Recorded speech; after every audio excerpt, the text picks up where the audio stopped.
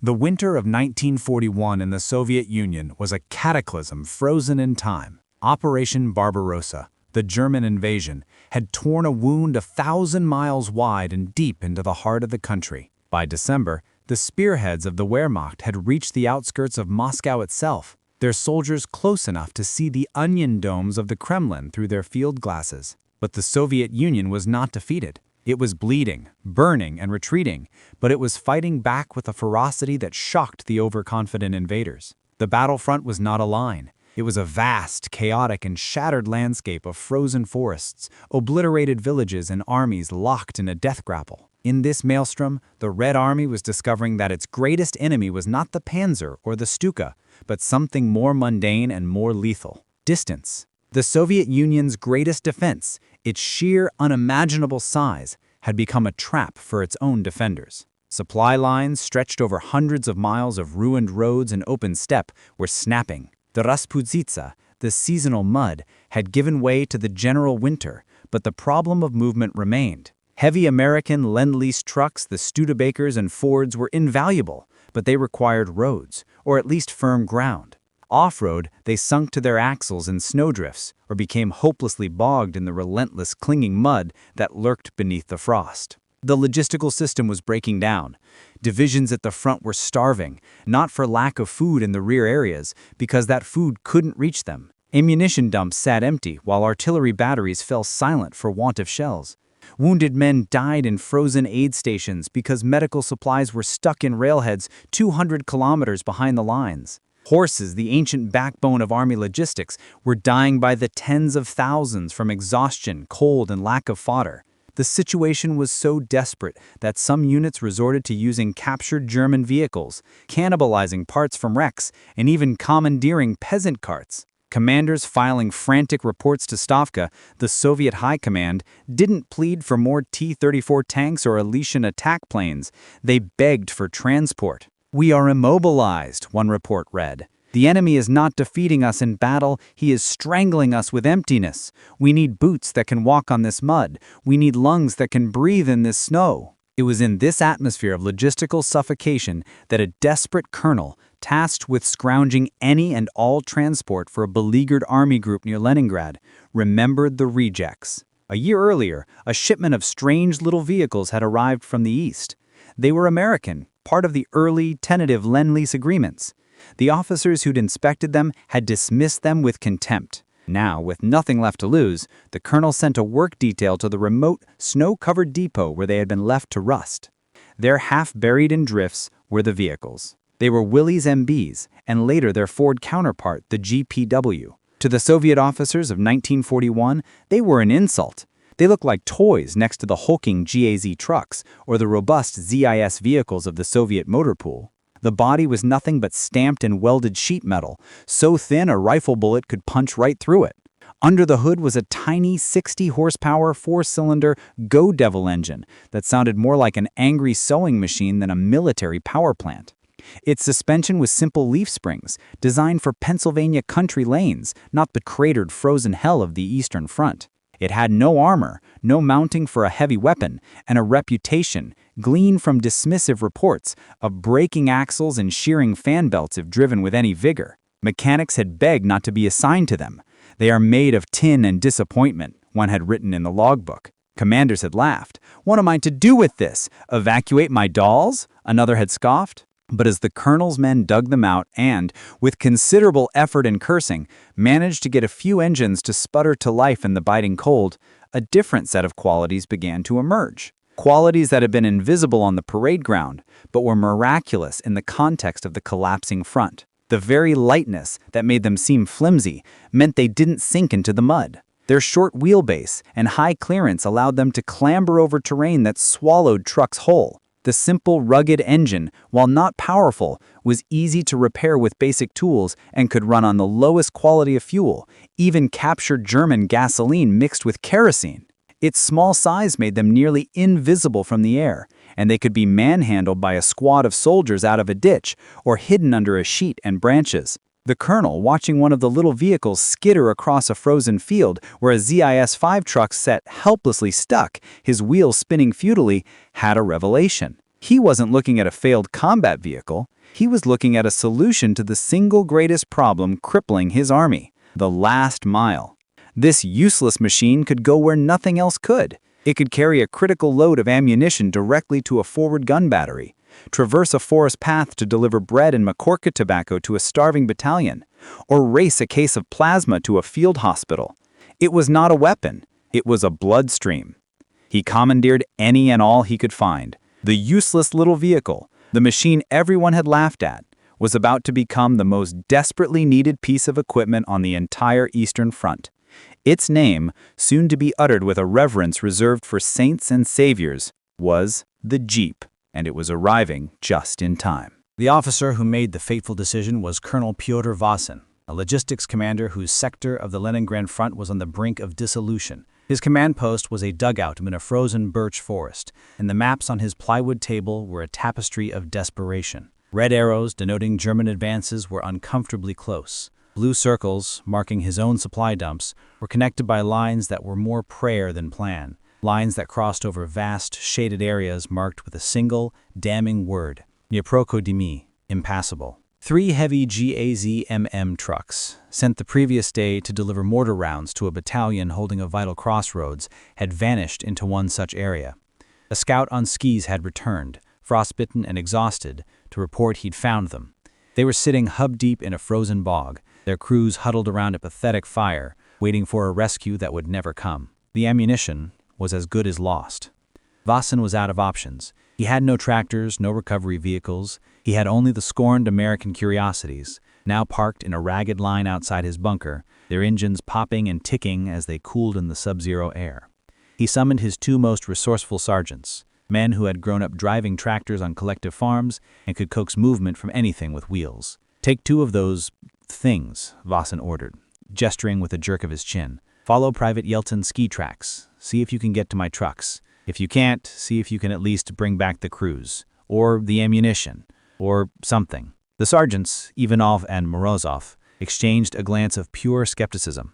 They had seen the trucks vanish. They knew the terrain. Sending these sheet metal playthings after them was not just futile, it was cruel. But orders were orders. They selected 2 vehicles, loaded them with tow ropes, shovels, and a sense of impending futility, and with Yeltsin skiing ahead to guide them, they set out. The first 100 meters were a dirt track, hard-packed and icy. The jeeps bounced along, their suspensions jolting brutally, the noise of their engines a high-pitched whine in the still forest. Then the track ended, swallowed by the front's ubiquitous no-man's land of destruction.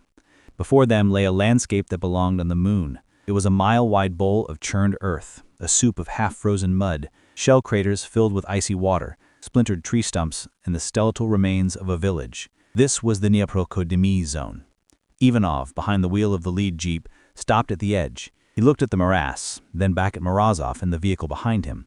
They both knew what came next: the slow, sickening sink, the frantic spinning of wheels, the back-breaking dig, the inevitable abandonment. With a muttered curse that fogged in the air, he engaged the 4-wheel drive, a novel feature they'd been briefed on but didn't trust, and eased the jeep forward. The front tires bit into the crust of frozen mud, broke through, and sank, but only a few inches. The lightweight vehicle, its weight distributed over its 4 driven wheels, didn't wallow. It floated. The aggressive, knobby tires acted less like wheels and more like paddles, churning through the semi-frozen sludge, propelling the little vehicle forward with a determined, skittering motion. It was ungainly, loud, and sprayed a fan of icy muck 20 feet behind it, but it was moving. Yeltsin, skiing alongside in amazement, watched as the jeep bounced over the lip of a shell crater, its short wheelbase allowing it to bridge the gap where a longer vehicle would have high-centered and stuck.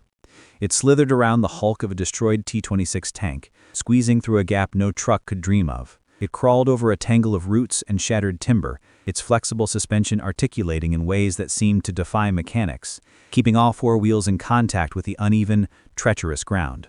Behind him, Morozov followed, his path diverging to test a different route.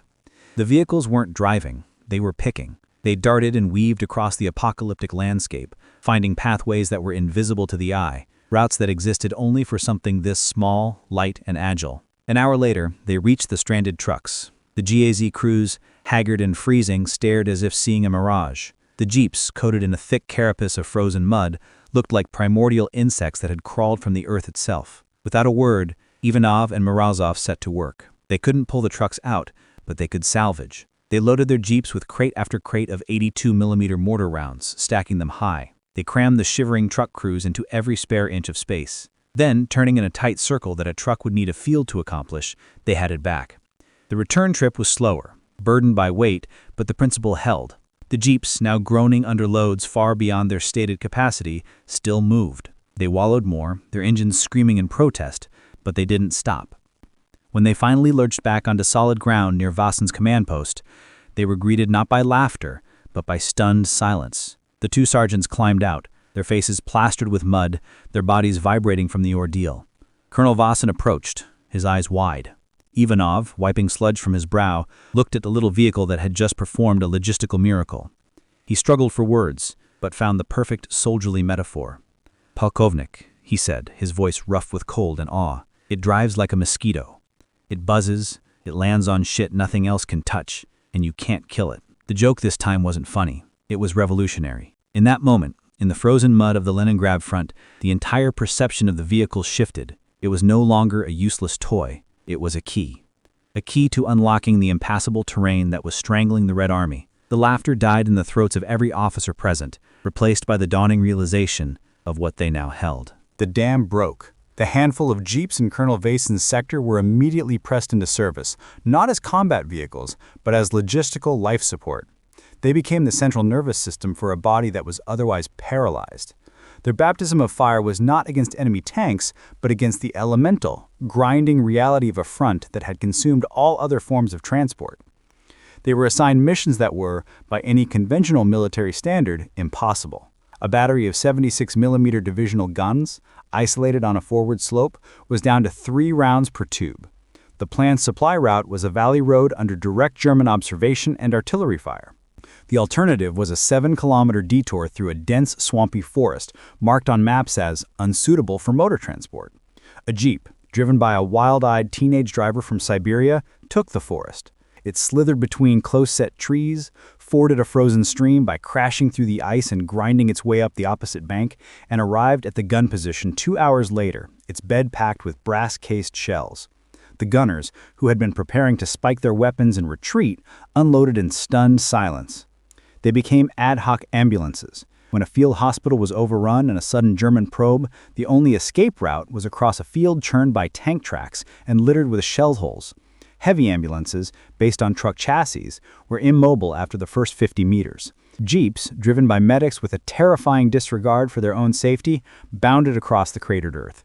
They couldn't carry stretchers horizontally, so they sat wounded men upright, 2 or 3 to a vehicle, holding them in place as they jolted and slammed their way to safety. The ride was agony, but it was life. A surgeon later noted, "We saved more men with those little American carts than with all our proper ambulances that month." They became command taxis. Brigade and division commanders whose movements were critical to holding a crumbling line found that their armored cars were too conspicuous and too prone to getting stuck. A jeep, painted in a crude, whitewash camouflage, could dart from woods to village to command post, its small profile making it a negligible target for roving German fighters. A general could be at a threatened battalion's headquarters, issue orders, and be back at his own HQ before his staff knew he was gone. Night after night, the tiny vehicles performed their miracles. They delivered sacks of rye bread and tins of American Spam to trenches where men hadn't eaten in 2 days. They brought cans of diesel to stranded T-34s, allowing them to restart and counterattack at dawn. They carried precious radio sets and their operators to new observation posts, restoring severed communications. They hauled spare barrels for machine guns, bundles of grenades, and even on one legendary occasion, a disassembled 45mm anti-tank gun, the crew riding on the fenders holding the parts. Their durability became legend. A single jeep, in the hands of a determined driver, might make 6 or 7 trips in a single night, covering distances that would have destroyed a truck's suspension. They ran on a devil's brew of fuel, aviation gasoline, captured German petrol, even purified kerosene. When they broke, which was often given the abuse they suffered, they were simple to fix. A broken leaf spring could be temporarily lashed with wire. A sheared fan belt could be replaced with a strip of leather from a boot. Their very simplicity was their armor. The enemy, focused on tanks and troop concentrations, largely ignored them. German artillery spotters didn't waste shells on what looked like a farmer's cart scuttling between trees. Snipers found the small, bouncing, unpredictable target frustrating. Tank commanders peering through their viewports dismissed them as beneath notice. This was their final, brilliant advantage. Their perceived unimportance was their cloak of invisibility. While the Germans hunted the big, meaningful targets, the unimportant machine was doing the most important work on the front. It was moving the lifeblood of an army. It was carrying the ammunition that would stop the next assault, the food that would sustain the defenders, the orders that would coordinate the response. It was the spine of the entire sector, a tiny, flexible, unbreakable spine that allowed the massive, wounded body of the Red Army to keep fighting. The Jeep hadn't won a battle with a gun, but it was winning the war of attrition by simply going where it was needed when nothing else could. It was the hero nobody had asked for, arriving exactly when it was needed most. As the Jeeps became indispensable, they fell into the hands of the Red Army's true magicians, the field mechanics. These men, usually conscripts from collective farms or factories, possessed a brutal, pragmatic genius, born of endless scarcity. They were accustomed to machines that broke if you looked at them sideways, to making do with spit, wire, and sheer stubbornness. The American Jeep, with its unfamiliar design and seemingly delicate appearance, was at first a source of deep suspicion. But that suspicion soon melted into a kind of reverent awe as they discovered the machine's true, almost supernatural character. It thrived on abuse. The Go Devil engine was the heart of the mystery.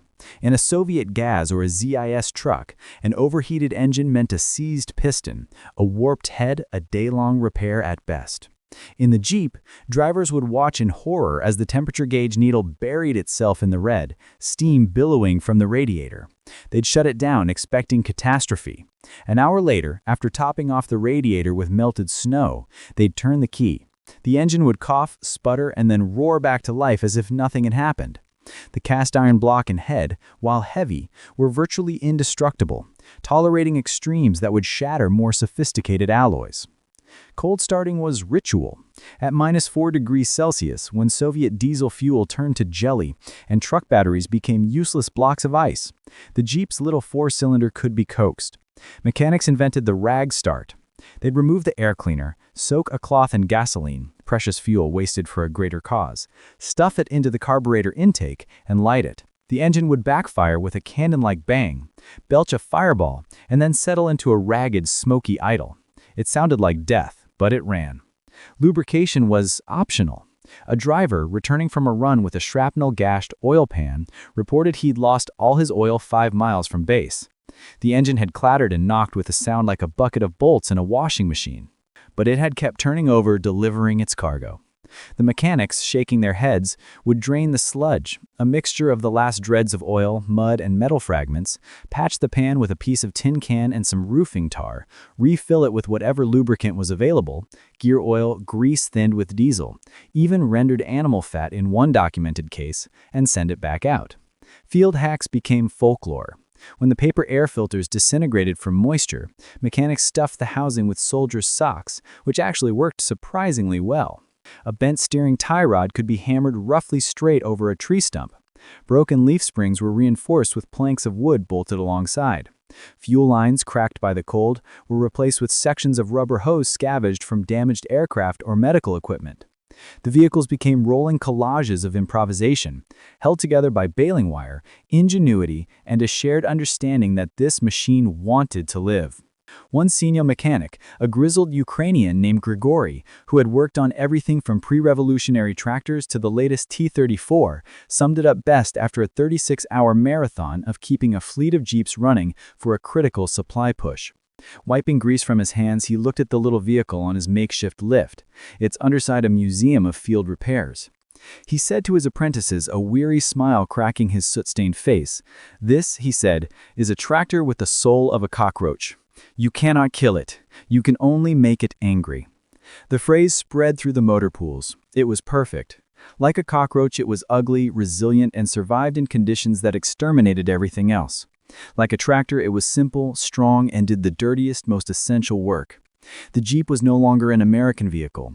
It was a creature of the Eastern Front, forged and tempered in its unique hell. The legend was cemented in the fire and ice of the Battle of the Demyansk Pocket in the early spring of 1942, though similar stories played out across the front.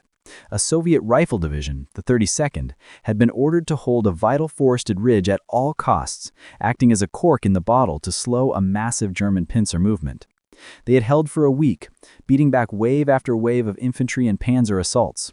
But the cost was catastrophic. Their supply lines had been severed by advancing German units. They were surrounded, not in a classic siege, but in a loose, tightening noose of enemy forces and impassable, contested terrain. By the 8th day, the situation was terminal. Radio messages from the divisional commander, Colonel General Karpov, were increasingly desperate.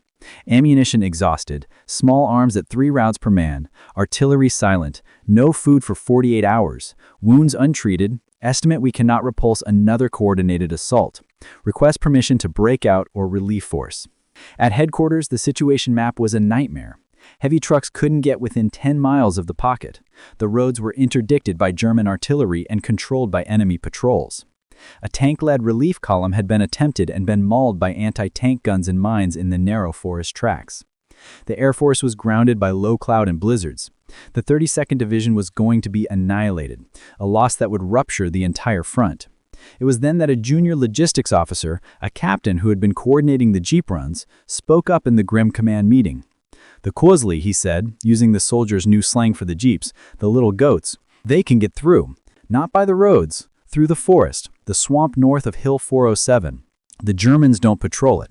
They think it's impassable. The room was skeptical. This wasn't a run for a few crates of mortar rounds. This was the sustenance of an entire division. But with no other options, the plan was approved. Every available jeep in the Army group was commandeered, over 50 vehicles. They were stripped of everything non-essential. Their windshields were folded down. Their fenders were removed to prevent mud clogging. They became pure skeletal platforms for cargo. That night, under a moonless sky and a howling wind that masked their engine noise, the goat convoy assembled. Each jeep was loaded beyond any same limit. They carried wooden crates of 7.62mm and 14.5mm ammunition, lashed with ropes until the vehicles groaned. They had sacks of dry biscuits and cans of concentrated stew packed around the driver's legs. Medical panniers were strapped to the hoods. In the passenger seats sat officers' messengers with written orders from high command, authorizing a fighting withdrawal if relief didn't come.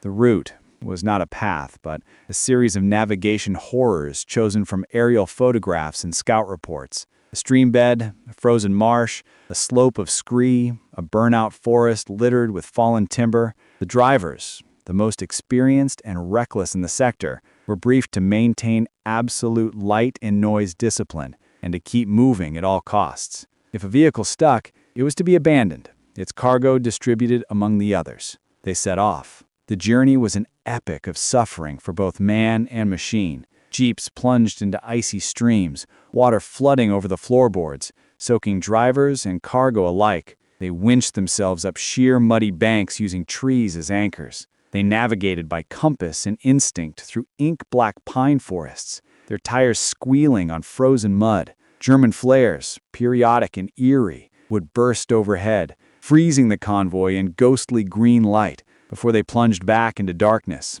engines gunning. Miraculously, the swarm moved like a single organism through the German gaps. The unthinkable noise of 50 straining engines was swallowed by the wind and the constant background thunder of the distant artillery duels. By dawn, the lead jeeps, caked in a foot-thick layer of frozen mud and vegetation, began to emerge from the tree line into the 32nd Division's shattered perimeter. The defenders, huddled in their frozen holes, first thought it was a German ruse. Then they saw the familiar skeletal shapes, heard the high-pitched whine of the engines they had come to associate with salvation. They rushed forward, not with cheers, but with a desperate, silent urgency. The unloading began.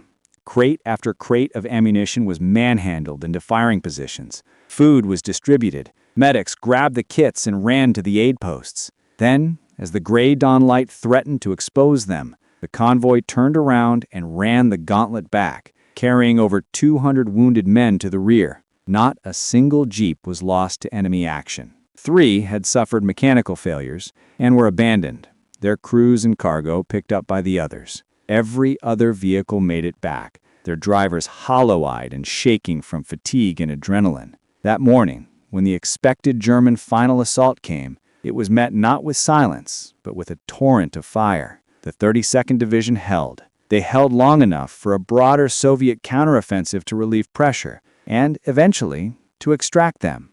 The report that reached Stavka was laconic, as all good Soviet reports were, but it contained a line that would echo through the ranks. Podrzelny, Spaseny, Priapomashi, Amerikansky, Vindariankov. The unit was saved with the help of American off-road vehicles. The story, of course, spread in a much richer, more visceral form. It became the legend of the Kozly Demyansk, the goats of Demyansk. That night, an entire division was saved, not by the thunder of heavy tanks, not by the scream of Sturmovik aircraft, not by the massed fire of Katyusha rockets, but by the stubborn, buzzing, indomitable will of a machine everyone had once called useless. The Jeep had passed from being a tool to being a myth. It was the hero that had crawled through hell on 4 wheels and won.